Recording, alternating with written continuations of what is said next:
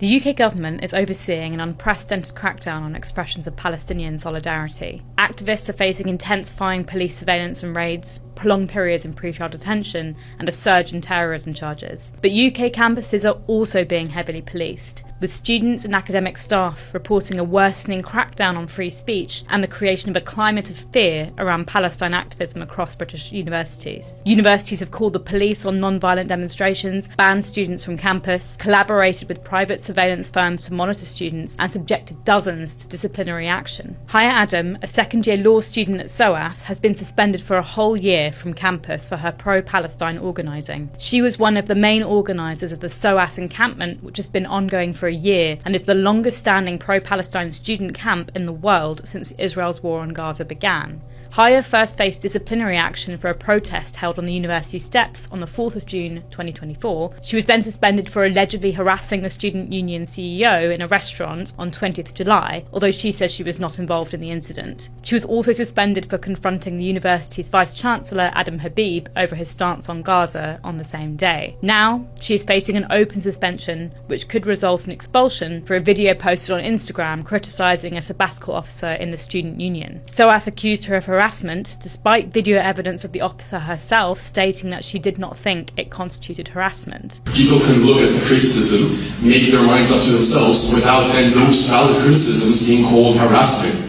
To be clear, I'm not calling the video harassment. Haya says this will mark the first time a student would be expelled mid-study at a university. My name is Haya Adam. I'm a second-year student at SOAS University, part of the SOAS Liberated Zone for Gaza, which is our encampment, which has been going on for over a year. I'm also head of the SOAS Palestine Society, and I am currently suspended after studying law and international relations at my university and for my pro-Palestine activism on campus. I've been involved in Palestine activism since October 2023, which is when I started my first year at SOAS University. Originally, I'm from Egypt. I grew up in a very political family with a political upbringing. My mom is a political activist. The 2011 revolution is a huge part of our family, and Palestine has always been something that is very close and near and dear to our heart. I felt it was important, of course, to join a society like this, being one of the oldest Palestine societies in UK university history. My suspension has now become an open suspension, which in the next few weeks could lead to an expulsion. The university has accused me of harassment, and they see me as a threat